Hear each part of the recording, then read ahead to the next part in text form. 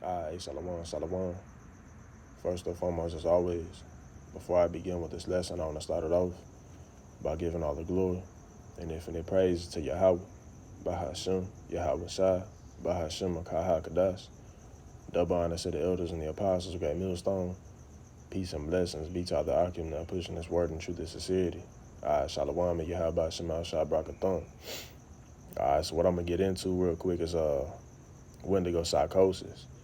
And what inspired me to do this lesson was, the brothers in L.A., because, Elder Michael Allen, he actually brought out this, so-called diagnosis, right, and how cannibalism is going to come back in a major way, because as we see, there's all types of steps that's showing us that there's going to be a global food shortage. Shit, they already talking about it. They said that within 6 months, the whole world is going to be facing, some extreme food shortages, including the United States. Right? They also said that, the world only has, a 10-week supply of wheat, and wheat is in damn near every food product here in the States. So that's going to lead to a massive food shortage. Right? Then one of the brothers was telling me that, the truckers, they saying that soon they not going to be moving like how they moving now, man. Right? I mean, they not going to be importing, product, to these warehouses and have them distributed to these different grocery stores like your Kroger's, your Food Cities, Food Kings, your Walmarts, Costco, so on and so forth. Right? So these are the times that we're living in, man, the time of a great famine. All right. But going back to, to this so-called diagnosis, it's basically, according to Esau, a mythical demon or mythical deity that basically takes over a human host and gives them a desire to crave human flesh and has them, raging, man, acting crazy. And what this made me think about was zombies, right? And that shit's not far-fetched, right? A lot of people think that a zombie is, the shit they see in movies, flesh falling off, they bodies, and you seeing they bones, and they're walking slow and just moping around. That ain't really what a zombie is, man. All a zombie is, somebody who craves human flesh and is a madman, right? Which really goes back to a demonic possession, right? Because for you to, crave human flesh and act humane like that, you got demons on you. You know what I'm saying? Just say how when you read in the book of Matthew, Yahweh Shai, when he had that account with that Jake, I think he was in a cave or something. Dude was, cutting himself with stones and all that, acting like a damn, like a beast. And Yahweh Shai, when he approached him, he saw the demons on him. And it was a whole legion on him. And when you look up how many, demons is, a legion, if I'm not mistaken, it's like 2,000, man. Right? And that's basically what this shit is. Right? And the Lord said that there was going to be one realm against another. Right? Because all those strange apparitions we read about in Wisdom of Solomon 18, that's going to come back, man. The Lord really, literally getting ready to merge, the spirit world, with the earth realm, man. The third dimension. All right, people going to be out here seeing, demons and all that. Right? Just like how they show you in that movie Bird Box. Right? They were seeing apparitions and they had them bugging out. They was jumping and burning cars and shit, offing themselves, jumping out of windows. All right, because that's a highly demonic possession, right? And for you to crave human flesh, that's a demonic possession in itself, man, right? Which ain't nothing new, because it's been going on, right? But now it's getting ready to come back in cycle, man, all right? But it says in modern psychiatry, which is psychiatry is basically, the studying of the mind, all right? It says the Wendigo lends its name to a form of psychosis known as Wendigo psychosis, which is characterized by symptoms such as an intense craving for human flesh and an intense fear of becoming a cannibal. Wendigo psychosis is described as a culture-bound syndrome, but as you see, an intense craving for human flesh, right? And that's what it's going. Hey, that's what it's all gonna boil down to, man. Wait until you desperate and you ain't got no hope of getting food. People gonna resort to looking at one another like shit. You looking like food to me and I need to eat. That's what it's all gonna come down to, because the Lord said that the love of many shall wax cold, All right, people going back here doing some cold shit. And these movies that Esau be putting out, that's not just Hollywood, man. That shit is real. Most of it, at least. You know what I mean? Because the other Watson, you know what I mean, he was just doing this lesson, going into, Robert Goldberg. He was basically like a whistleblower, if I'm not mistaken. And the elites, hey, they took him out due to what he was talking about, man, because he was exposing shit that they was doing and that they plan on doing. And basically what he was getting into is how there's going to be rolling blackouts, and it's going to be like a purge-like scenario. That's what it's all. Hey, that's what they plan on doing. And they took him out for that. So movies like The Purge and all that's not just a movie, man. All right, that shit is gonna be reality real soon. And there's a reason why you have, these different whistleblowers, you know what I mean, and so-called conspiracy theories like, Alex Jones coming out and talking about shit like this, man. It's because these are the times that we're living in, man, and it should be obvious. All right, but it says, what is Wendigo syndrome? It says the syndrome is characterized by delusions of becoming possessed by a flesh-eating monster, right? And it's not no damn delusion. That's exactly what it is. It's a demonic possession, all right? And it's manifested in symptoms including depression, violence, a compulsive desire for human flesh, and sometimes actual cannibalism. It ain't just gonna be sometimes, man. That's exactly what it's gonna be out here, right? Because Alex Jones himself, I remember when the pandemic first kicked off, dude was talking about how, he already sizing up his neighbor, and if he got to hang his ass up and gut him and eat him, he'll do it. You know what I mean? So if somebody like him already talking about something like that, and they had the luxury of hitting grocery stores and they got a fridge full of food and shit, how much more that time when they real desperate, man? People gonna be committing cannibalism just like how they was back in the ancient world, man. All right, but it talks about how it's manifesting them systems and symptoms, such as depression, right? Because demons, they start attacking you when you at your lowest, man. You know what I mean? They see you by yourself at night or whatever, you know what I'm saying? You going through it. Them demons don't creep around the corner. Oh, yeah, we got them, and jump on you. You know what I mean? And people are going to become real depressed real soon because Yahweh Shai said that all these are the beginning of sorrows, man. So shit is finna get real out here, man. And these people going to get real depressed.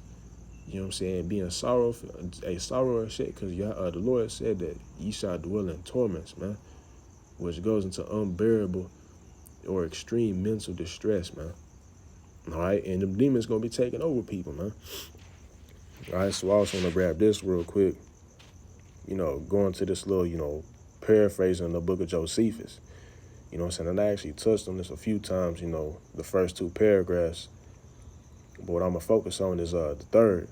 And I believe personally, that Yahweh Shema Shai had Josephus, witness, what was going on back in the time of 70 AD for a testimony, you know what I'm saying, for our learning, so that we would know just how bad it was going back into that time. So if cannibalism was a heavy thing in 70 AD, whenever, you know what I'm saying, the supply was cut off, by those Romans, how much more in this time now? All right, but I ain't gonna read the whole thing, but basically what this gets into, you know what I mean, is married a daughter of Eleazar and what she was doing. All right, and we're gonna read it. All right, so I'm gonna start, let me see, I'm gonna try to highlight this shit real quick. Salakia.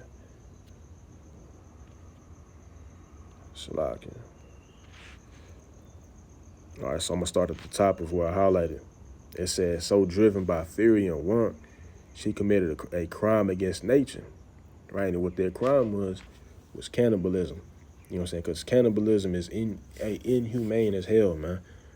All right, for you to gut somebody and roast them and eat them, you know what I mean? You out of your damn mind, man. Hey, but again, that's them demons taking over, man. Right? It says, seizing her child, an infant at the breast, she cried, my poor baby, why would I keep you alive in this world of war and famine? Even if we live till the Romans come, they would make slaves of us. And anyway, hunger will get us before slavery does. And the rebels are crueler than both. Come, be food for me, and an avenging fury to the rebels, and a tale of cold horror to the world to complete the monstrous agony of the body, of the Jews. With these words, she killed her son, roasted the body, swallowed half of it, and stored the rest in a safe place. but the rebels were on her at once, smelling roasted meat. So they smelled that shit and was like, cause hey, they was starving too. So you know what I'm saying? They was smelling that shit like, oh fuck, that shit smell good. Hold on, where that shit come up from? Probably kicked on her door and everything, man. Right? It says, but the rebels were on her at once, smelling roasted meat and threatening to kill her instantly if she did not produce it. She assured them she had saved them a share and revealed the remains of her child. Seized with horror and stupefaction, Salakia. They stood paralyzed at the sight, but she said, this is my own child and my own handwork. Eat, for I have eaten already. Do not show yourselves weaker than a woman or more pitiful than a mother.